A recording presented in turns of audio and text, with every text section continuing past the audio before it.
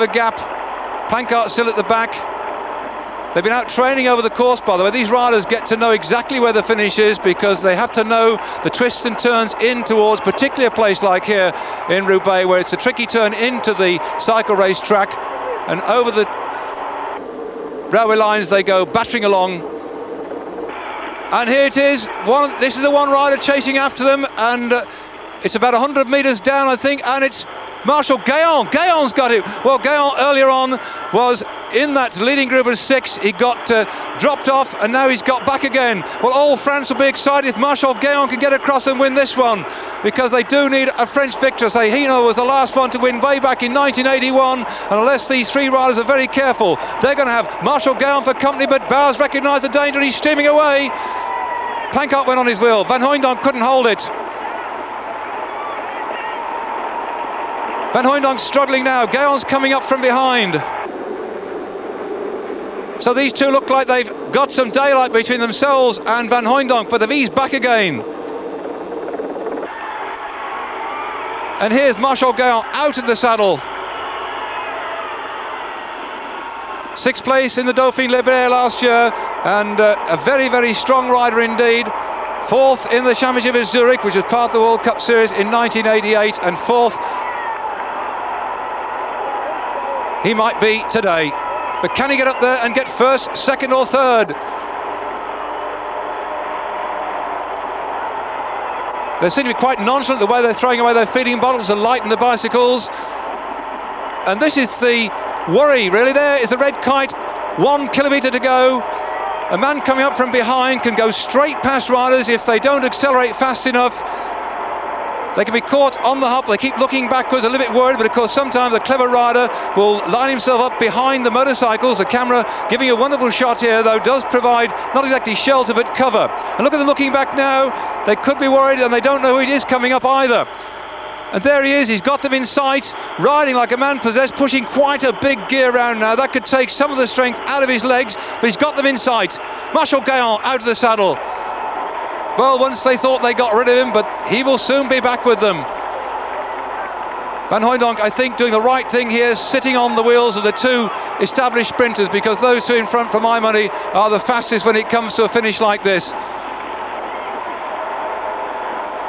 Bauer moving through. Plancart over on the right-hand side.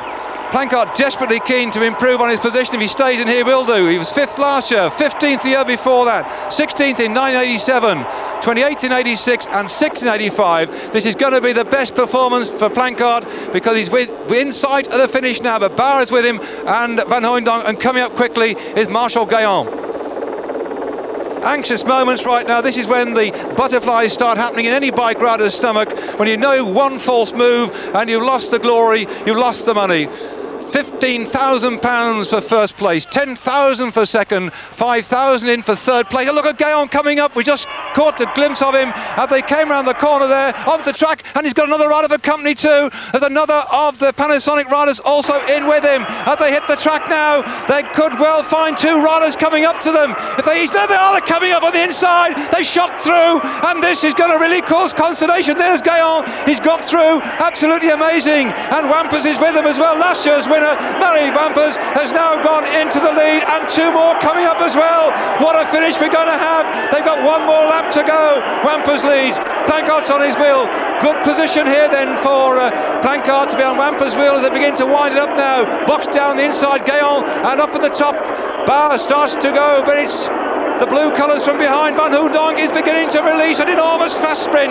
He's gone for the long one. He's swept past them. Bauer can't hold his wheel. Can Bauer close up on him as Van Hooijdonk heads down towards the finishing straight? And look at Plancart go over the top. He's gone straight to the top of the banking and zooming down. But Bauer's in the lead. Bauer's going for it, pushing those pedals, and he's rushing for the line. He throws his bike at it. Oh, I don't know whether Bauer or Plancart got that one. It was so close. We shall have to have a photo finish for that one.